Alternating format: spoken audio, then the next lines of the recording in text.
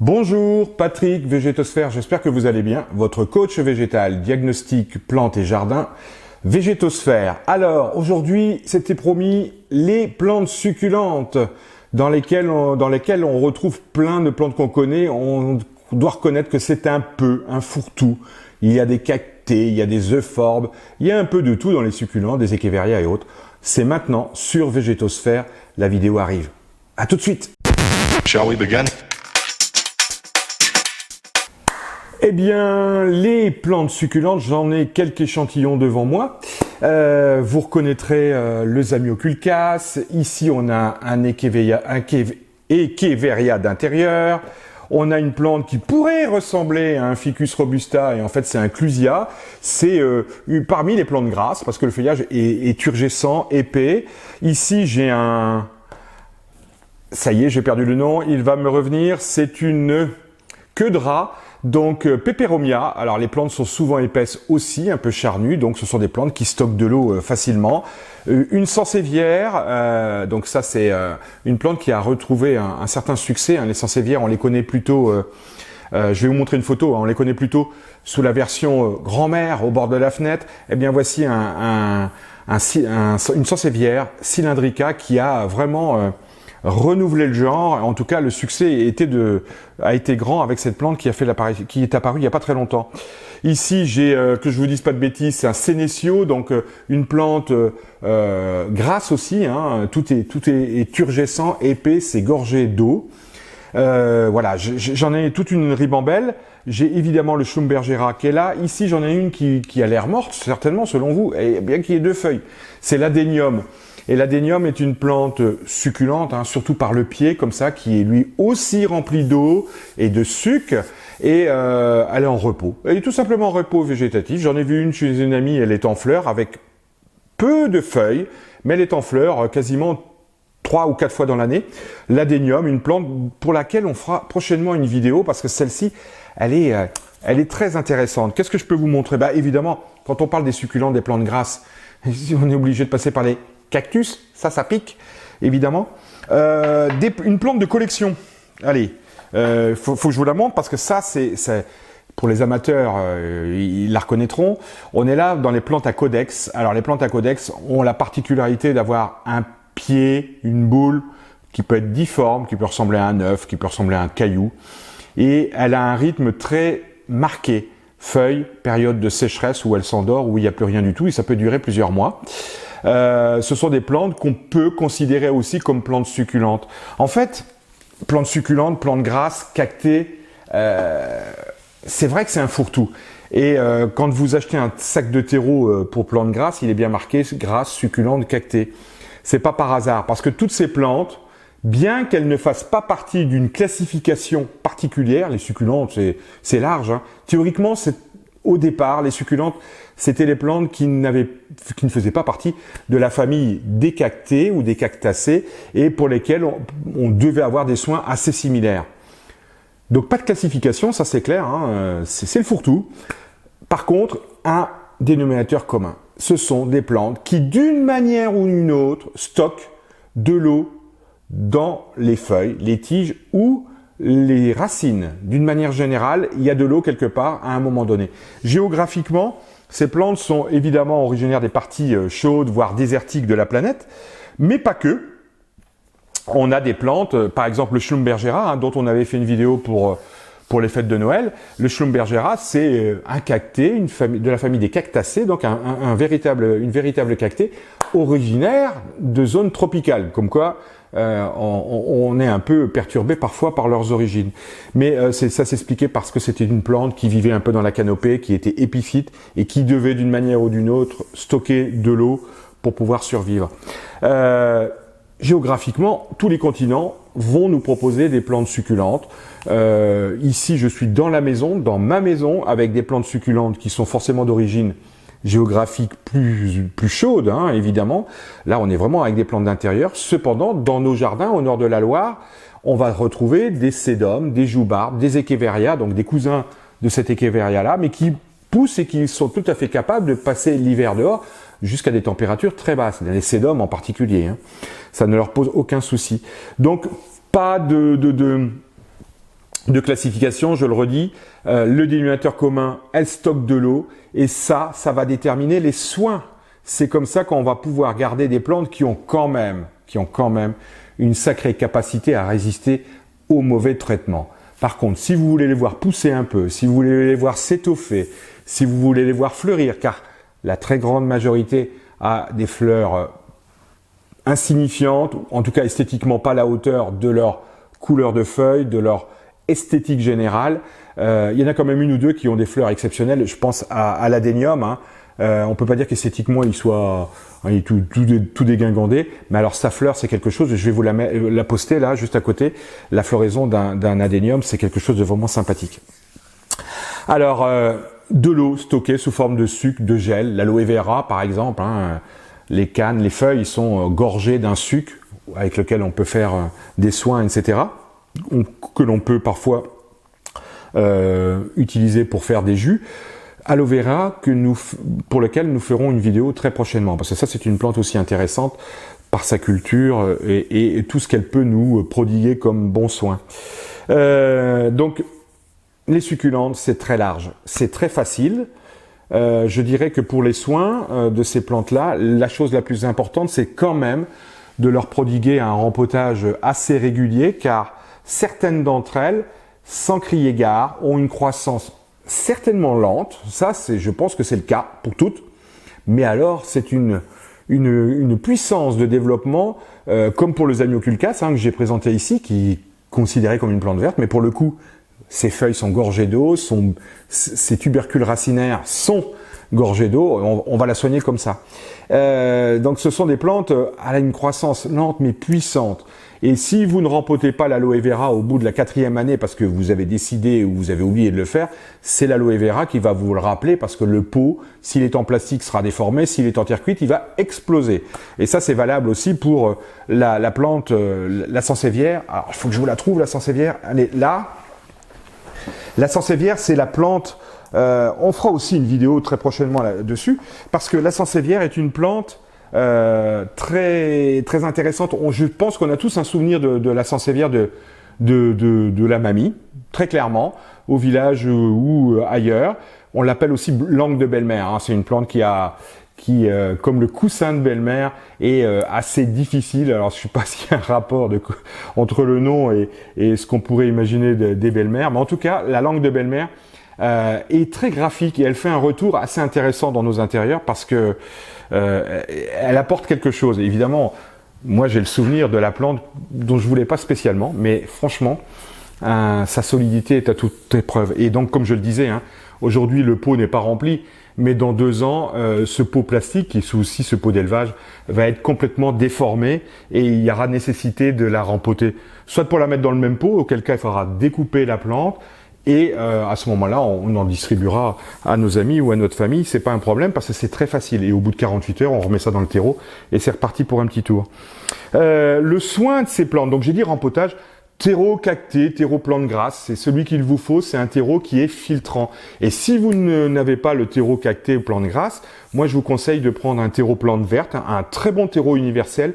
Et pour 3 à 4 volumes de terreau, vous apportez un volume de sable. Ça me semble bien équilibré et ça sera parfait pour éliminer les excès d'eau. Quand on arrose ces plantes, d'une manière générale, la fenêtre de tir pour les arrosages, c'est mars à octobre, ce qui correspond à la période où les jours rallongent, à la période de croissance de nos plantes, de toutes nos plantes, mais bien évidemment de ces plantes-là qui seront en pleine végétation, en pleine croissance. Donc l'arrosage se fera à ce moment-là.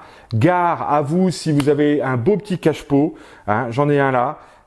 Évidemment, le cactus, il est tout petit, mais il y a quand même un cache-pot. Et ça, c'est mignon tout plein, mais moi, je m'en méfie comme de la peste, parce que les cache-pots ne vous indiqueront jamais s'il y a de l'eau qui stagne au fond.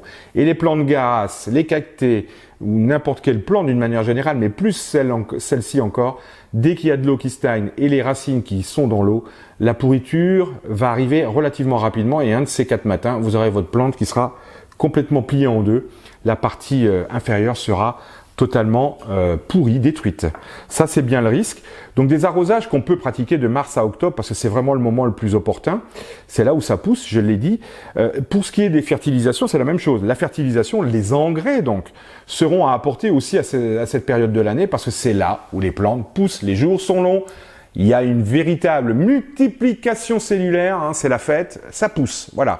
Et pour aider tout ça à pousser, engrais de synthèse ou engrais biologiques, c'est pas un souci, vous faites comme vous voulez. Et si vous avez des plantes grasses qui peuvent être très grandes, hein, un adénium peut faire 1,50 m de haut, il n'y a rien qui vous empêche d'utiliser un engrais plante verte. Hein, d'ailleurs, ils sont proposés dans des plus grands flacons. Si vous avez beaucoup de plantes succulentes et autres cactées, l'engrais plante verte sera vraiment aussi le bienvenu. L'important, c'est de les nourrir. Je répète, les plantes en pot n'ont rien d'autre à boire et à manger que ce que vous voudrez bien leur donner.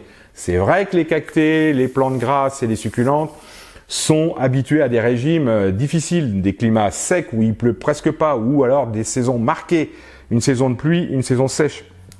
Mais quand elles veulent pousser, il faut que tout soit au rendez-vous pour qu'elles puissent se développer. Cette fenêtre est courte, je l'ai dit, et il faut optimiser cette période-là.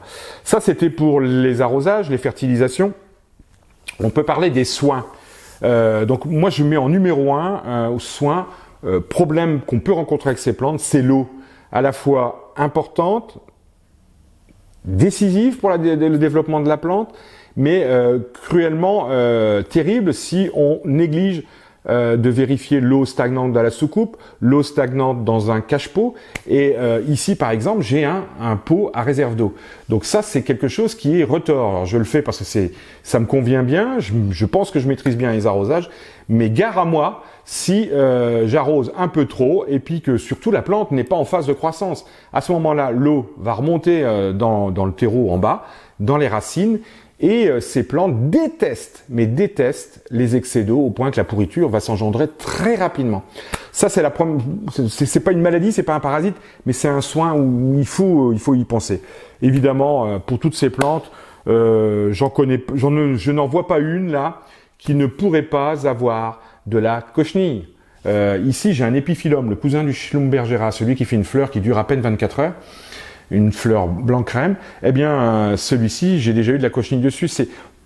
C'est voilà. Et comme je l'ai déjà dit dans d'autres vidéos, la cochenille, c'est moi qui l'ai transportée, c'est moi qui l'ai ramenée sur des plantes ou ma famille. Mais c'est comme ça qu'elle contamine les différentes plantes de la maison ou du balcon ou de la terrasse, hein, parce que ça les dérange pas de vivre dedans, dehors, c'est pas un problème pour elles.